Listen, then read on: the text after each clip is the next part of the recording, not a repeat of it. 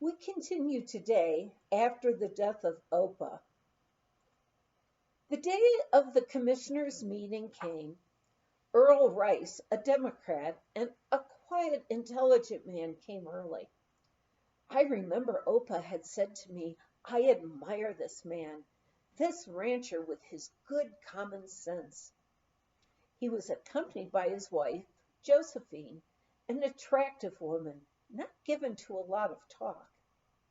I had gotten to know her and many other ranchers' wives in the home demonstration club.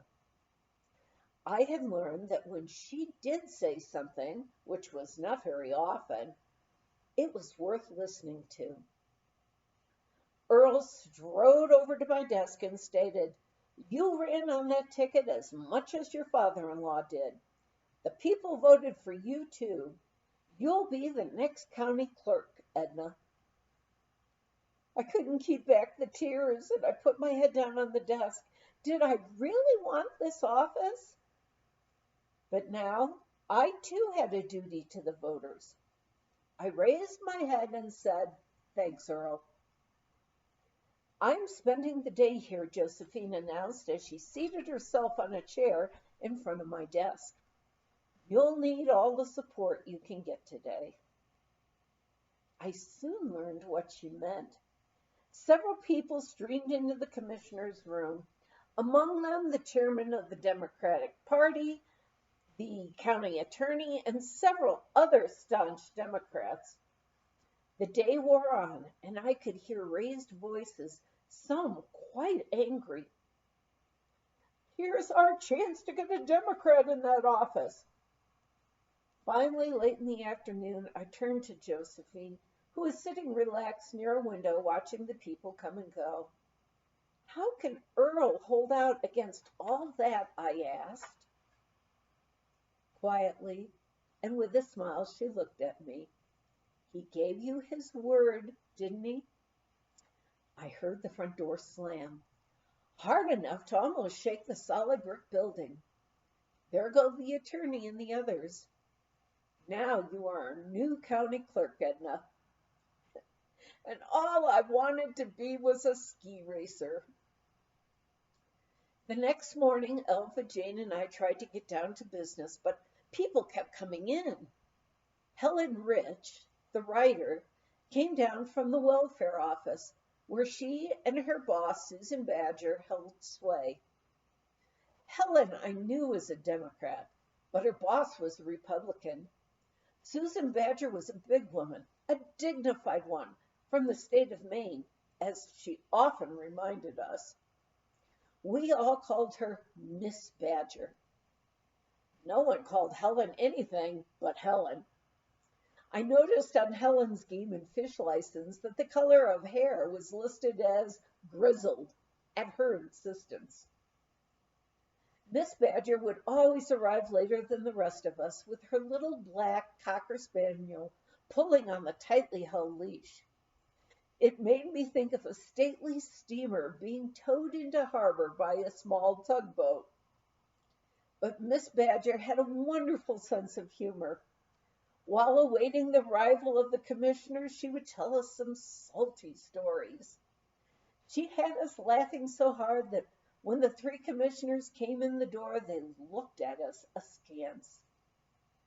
Miss Badger would straighten up with the most dignified bearing, and as the commissioners filed past her, she would announce in a loud voice, "These three, these immortal three."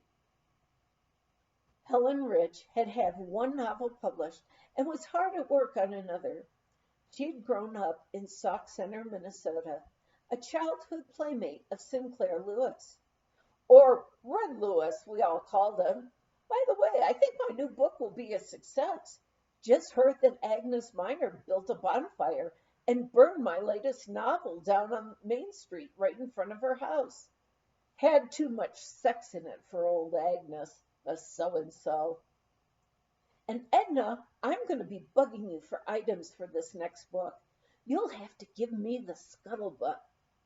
With me, it's in one ear and out my typewriter. By the way, Did you know that this county is 90% Democrat? She informed me.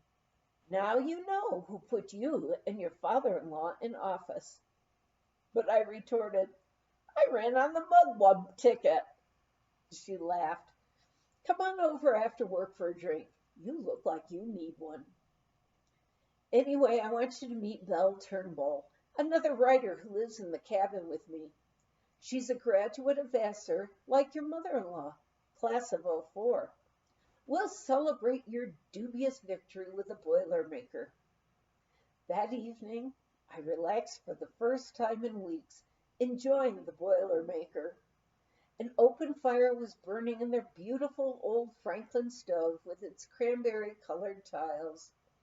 Their cabin was old, too, but well built. There was a lovely glow to the room, with the Persian rugs on the random wood-peg floors. I understand you're a Vassarite, Miss Turnbull.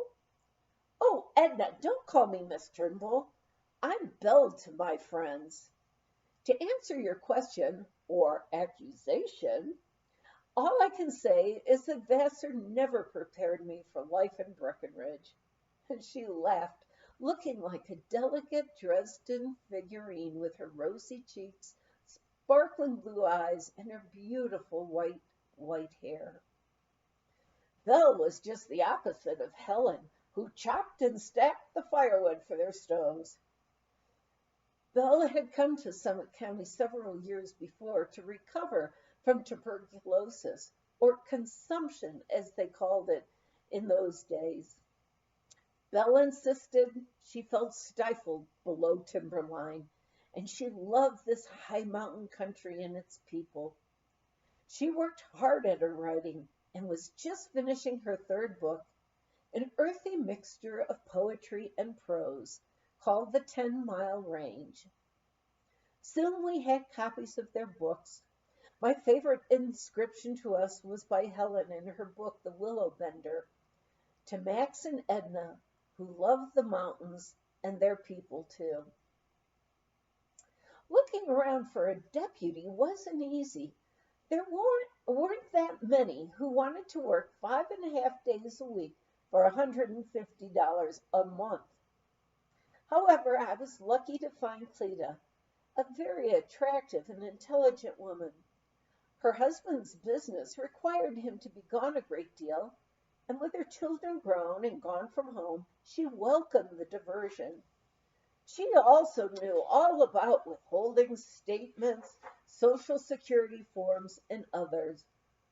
As I was soon pleased to find out, officious people didn't bother her. One day I had a phone call from Denver. Cleta, my deputy, had answered, but she said to me, "It's a person-to-person for that county clerk up there." I took the phone, and a man's voice gave his name and shouted in my ear, "You the county clerk?"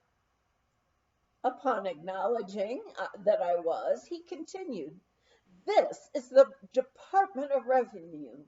Do you know you could be sued on your bond for what you've done?" "Done?" I stammered.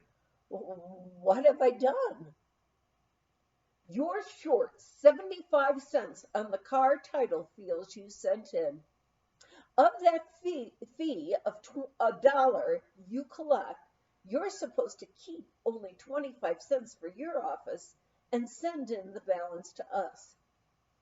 Of the 23 car titles you sent in this month, you made a mistake by sending 25 cents on one of them and not 75 cents. I'm warning you to send that 75 cents right away." I thought after he slammed on the receiver, it should be 50 cents. He's already received 25 of the 75. Big deal. "What was that all about?" Cleta asked.